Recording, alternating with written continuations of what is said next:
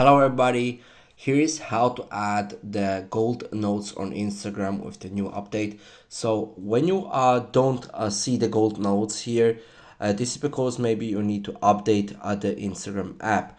But you can as well do it on this way. You can write something here, hi, for example, and then write just gold next to it.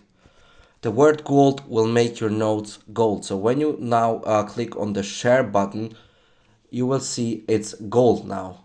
And this is the golden note. You can as well do, well, let's do delete here.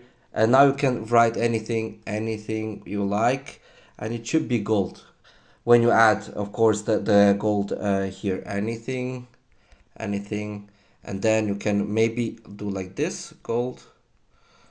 And like you can see when I share it now, it will be a golden note. Very simple, very straightforward. That's how you can do, and as well you can do when you write the word champion, and it will appear as well gold. Like you can see, the word champion makes it gold as well. Thanks for watching. See you in the next guide.